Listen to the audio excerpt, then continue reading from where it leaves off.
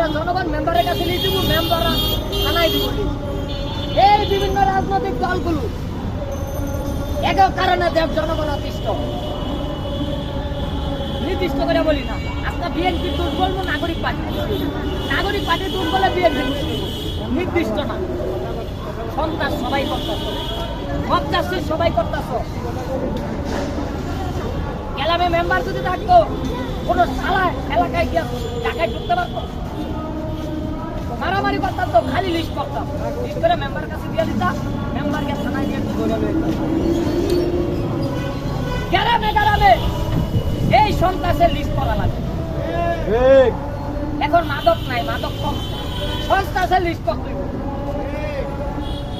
একমাত্র জামাতের বিরুদ্ধে আমি কথা বলি না, কারণ জামাত মেম্বার ভোটটা চায়, এই কারণে জামাতের বিরুদ্ধে কথা বলি।